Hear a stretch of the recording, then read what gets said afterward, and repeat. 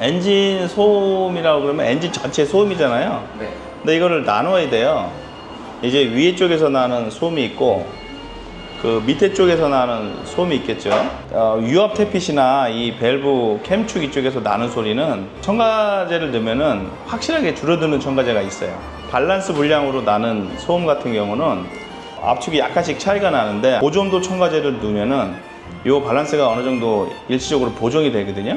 이게 밑에 있는 압축 밸런스를 일정하게 해서 소음을 잡냐, 아니면 밸브에 있는, 밸브는 이제 유압 태핏이 들어가면서 유압 태핏은 안에 오일이 스며들어가지고 자꾸 눌러주고 이렇게 움직여줘야 되는데 여기 안에 오일이 충분히 들어가지 않는 경우가 있어요. 그럴 경우에는 밸브 치는 타금이 난단 말이죠. 그러면 그때는 첨가제 중에 침투를 빨리 해가지고 유압을 공급해주는 첨가제들이 있어요. 밸브 쪽에 넣으라는 첨가제도 있고 유압 태핀용 첨가제도 있고 이런 걸 넣으면은 소리가 줄어드는 역할을 하죠. 그 밸런스, 압축 밸런스가 안 맞아서 더 진동이나 소음이 올라오는 경우는 4개가 일하는 게 똑같아 보이도 동일하지가 않아요. 이렇게 설계를 제대로 하지만 불균형이라는 게 있어요. 그리고 자연스럽게 노화가 되면서 이게 이제 똑같이 균형적으로 마모가 안 돼요. 전체적인 밸런스가 안 맞는 현상이 있기 때문에 이거를 이제 잡아주면서 소음을 줄여주는 게 압축 복원 해주는 오일 트리트먼트가 있어요. 이런 것들은 점도가 꾸덕꾸덕해요. 그래서 넣어가지고 요 밑에 가서 그런 걸 좀 잡아줄 역할을 하는 걸 좀 두껍게 해주는 거죠. 그러면서 이제 밸런스를 맞춰주는 게 있고, 또 하나는 이미 0에 20을 넣다가 0에 40을 넣었어. 소음이 심해졌대. 그러면 예를 들어서 0W20을 넣어서 이제 컴퓨터가 학습이 됐어요. 거기에 맞춰서 세팅이 돼 있다가 갑자기 40이 들어갔어. 좋은 오일 달라고 그래서 좋은 오일 줬는데 이게 40이네. 근데 초기에는 소리가 나죠. 학습할 시간을 줘야 되거든요. 주행을 하다 보면 또 컴퓨터가 요즘은 똑똑하니까 학습을 바로 합니다. 근데 그래도 시간이 필요해요. 그 시간 동안 기다려 주든지 아니면은 지금 말한 대로 그 갭을 빨리 하려면은 학습하기 전에 스며들게 좋아하는 어떤 첨가제를 넣어서 보정해 주면 되겠죠. 근데 이제 대부분은 적응을 해서 소리가 안 나요.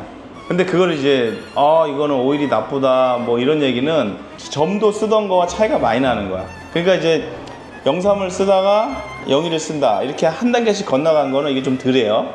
근데 이제 2단계씩 건너뛴 거 0W20을 쓰다 0W30을 쓴다, 0.3을 쓰다 0W20을 쓴다, 이렇게 좀 점도가 확 바뀌었잖아요. 이런 거는 학습하는 시간이 더 많이 필요하겠죠. 그래서 그런 거에 대한 소음, 노이즈, 그게 이제 생기면은 이 소리가 심하네, 첨가제를 가지고 넣어서 잡아줄 수 있죠. 그리고 이게 이제 전체적으로 마모나 이런 거에 의해서 시작된 노이즈 같은 경우는 점도를 좀 올려준다든가 이런 첨가제가 들어가면은 소음이 그냥 바로 줄어들 수 있죠. 그럼 점도가 낮은 첨가제 같은 경우는 소음이랑 크게 관계가 없는 건가요? 있죠.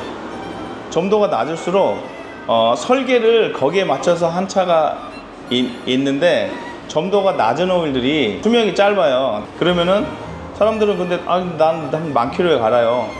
30 갈 때도 10,000km, 20 갈 때도 10,000km. 뭐 이런 습관을 가지고 가겠죠. 그게 일반적으로 지금 하시는 관리 방법들이니까. 근데 실질적으로는 점도에 따라서 조금 교환 주기도 다르게 가져가 주시는 게 맞죠. 마지막으로 궁금한 게 그 점도가 높은 첨가제를 넣으면은 뭐 밀봉 효과가 좋아서 그게 소음, 그게 지금 말한 피스톤 쪽, 네. 피스톤 쪽에 밀봉을 해줘서 소음을 잡아주니까, 밸런스를 잡아주니까 소음이 줄고 진동을 잡아주는 효과가 있다고 느껴지죠. 그러면 어쨌건 이게 소음을 잡는데 효과는 있다. 그럼요, 있죠. 그죠? 네.